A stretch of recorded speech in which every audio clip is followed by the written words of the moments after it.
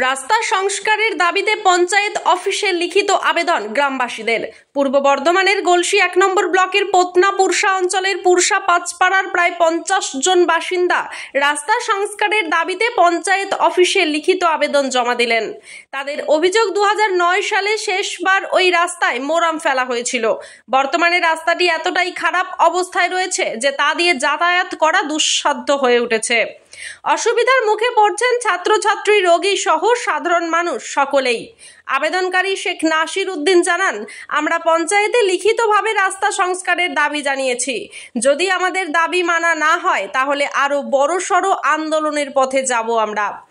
এ বিষয়ে পঞ্চায়েত প্রধান আরতি বাগদি জানান, তৃণমূল সরকার ক্ষমতায় আসার পর এই পঞ্চায়েতে কয়েক কোটি টাকার উন্নয়ন হয়েছে। কয়েক মাস আগে পঞ্চায়েত ও পঞ্চায়েত সমিতির উদ্যোগে এই রাস্তায় কালো ছাই ফেলা হয়েছে। রাস্তাটি পথশ্রী প্রকল্পে অন্তর্ভুক্ত করা হয়েছে। অতি শীঘ্রই তার পূর্ণ সংস্কার করা হবে। পুরসা গ্রাম পঞ্চায়েতের অধীনস্থে একটি গ্রাম আছে পুরসা, সেখানে পাঁচপাড়া বলে একটি পাড়া আছে।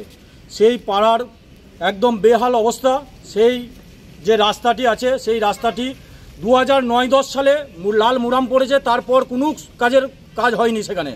এবং আমাদের পুরসা মসজিদ থেকেও হাঁকে যে রোড সম্প্রসারণের কাজ চলছে, তার জন্য বক্সিপাড়ার ছেলেমেয়েরা যারা স্কুল যাবে তারা ওই পাঁচপাড়ার রাস্তার ভিতর দিয়ে, গ্রামের ভিতর দিয়ে যাবে যাতে না দুর্ঘটনা ঘটে।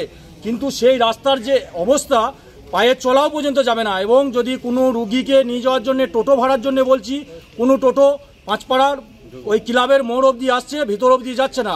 এবং কোনো ডেলিভারি পেশেন্টকে যদি মারুতির জন্য বলা হচ্ছে, সেও পর্যন্ত আসছে না। এই পঞ্চায়েতি ব্যবস্থা কিসের জন্যে? এই পঞ্চায়েতি ব্যবস্থা তো এই পঞ্চায়েতের অধীনস্থে যত গ্রাম রাস্তাঘাট আছে সেই রাস্তাঘাটের কি অবস্থা, বেহাল অবস্থা, সেগুলো তো দেখার এই প্রধানের প্রয়োজন। এবং সদস্যরা আমাদের বুথে বুথে গিয়ে আমরা এই সদস্যদেরকে ভোট দিয়ে জিতাই। এবং সেই পাড়ার বা সেই বুথের যে রাস্তার বেহাল দশা, সেই বেহাল রাস্তার দশা যাতে না হয়, সেই সংস্করণের লক্ষ্য তো তাদেরকেই রাখতে হবে। তার জন্যই আমরা মোটামুটি ৬০ থেকে ৭০ জন সেই পাড়ার লোক এসে আমরা একটা পঞ্চায়েতে দরখাস্ত দিই। এবং উনি অনুপস্থিত। ওনার সঙ্গে ফোনে কথা হলো, উনি আস্থা দিয়েছেন যে আমি ইনকোয়ারির জন্য পাড়ায় লোক পাঠাবো। যদি পাঠাই, যদি মোটামুটি ঢালাই স্যাংশন হয়েছে বলছে, কিন্তু সেটা পরের বিষয়। এখন উপযোগী চলার মতো এই কোনো এনএইচের যে ডাস্টটা আছে সেটাও যদি দিয়ে চলার উপযোগী করে তো আমরা ওনাকে ধন্যবাদ জানাবো।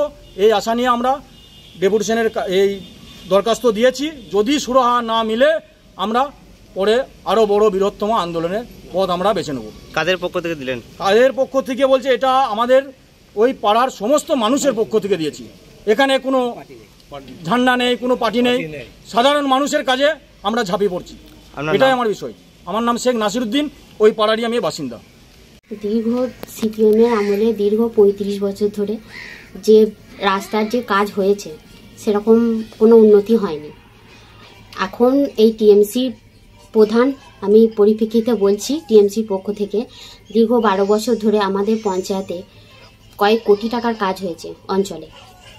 তা ওরা যে পঞ্চায়েতে যে কমপ্লেনটা করে গেছে, ওই রাস্তাটার ব্যাপারে বলি। ওই রাস্তাটা আমাদের ৬ মাস আগে পঞ্চায়েত সমিতির পক্ষ থেকে কালো ডাস্ট ঢেলে রিপেয়ারিং করা হয়েছিল। কিন্তু বর্ষাকালে যেহেতু রাস্তাটা খারাপ, আরও অবনতি হয়েছে কিংবা হবে বলে আমরা পঞ্চায়েত সমিতি পথশ্রী প্রকল্প থেকে রাস্তাটা ধরাইছি। রাস্তাটা স্কিম ধরানো হয়ে গেছে। রাস্তাটা আশা করছি আমরা শীঘ্রই রাস্তাটা তাড়াতাড়ি করতে পারবো। আপনার নাম ও পরিচয়?